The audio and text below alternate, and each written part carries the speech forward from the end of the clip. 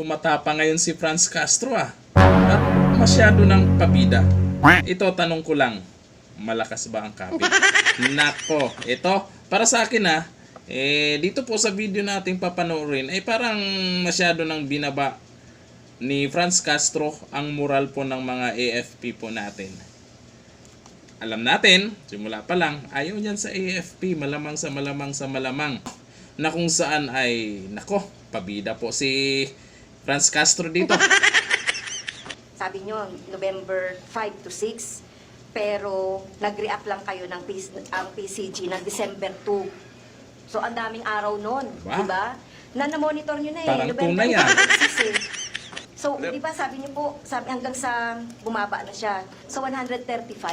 So, I don't believe na talagang ginagawa niyo yung katungkulan niyo o sinasabi niyo po na enough yung ginagawa niyo para mapigil natin ito. So, I beg to disagree doon sa sinasabi niyo po. Kasi, kaya nga po tinatanong ko, no, kailan niyo na-monitor? November 5 and 6. Tapos, bumaba siya, 16, naging 16, naging 25. December 2 lang kayo po nag-react.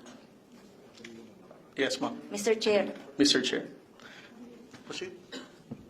Mag-respond lang po ako sa tanong niyo, ma'am, no? Ang Philippine Coast Guard po, November 13, nagpunta doon, and also December 2. Ganito po yan, ma'am. Ang deployment po ng Philippine Coast Guard at ng Armed Forces of the Philippines on a rotational basis. Kung nag-deploy na po si Westcom ng Philippine Navy on November 5 and 6, and then the Philippine Coast Guard will do their patrol on the next following week. And then eventually the Philippine Air Force as well will be sending their aircraft. Hindi lang po Philippine Coast Guard. Again, with the very limited assets that we have, just to emphasize, we only have 3 vessels in Palawan. And if you can just imagine how vast West Philippine Sea is, we cannot expect that the Philippine Coast Guard will be there 24/7 in Julian Felipe to watch over the swarming of the Chinese maritime militia.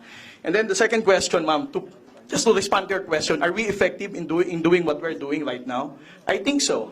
With the transparency initiative that we have launched since February, wherein we expose the swarming of Chinese maritime militia, we can notice how they responded.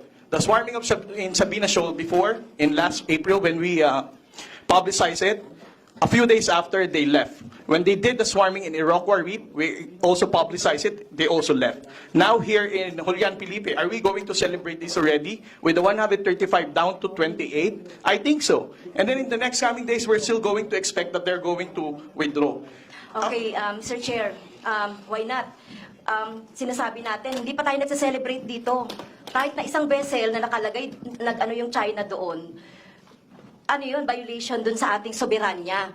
Hindi tayo natutuwa doon, Mr. Chair, kay Commodore sa sinasabi niya. Hindi tayo nagse-celebrate doon sa from 135, naging 25.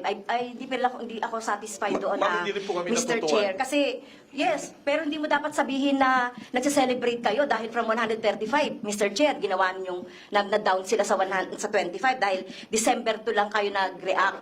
Well, I appreciate, no, with the limited resources of the PCG, and even siguro yung AFP natin, kayo ngayon nanghihingi kayo dito ng more tingin ko more funding capacity, but naman yon, pwede naman yon at tama naman yon. Kaya lang po, Mr. Chair, kung sinasabi mo kanina, Mr. Chair, sabi ni Commodore, kailangan na hindi nila pwedeng mabantayan yan 24 hours or araw-araw. Why not? 'Di ba? So kaya nga tinatanong natin, Mr. Chair, dito, ano pa ba yung pwede nating gawin para mabantayan natin man lang yung ECC natin, hindi na yung West Philippine Sea man lang. At ito, yung ECC natin, yun lang po, Mr. Chair, kasi talagang worry talaga ako na tayo ay binubuli ng China na ganito yung capacity natin. Nakakahiya, di ba? Ito lang para sa akin sa tingin natin parang matapang naman siya.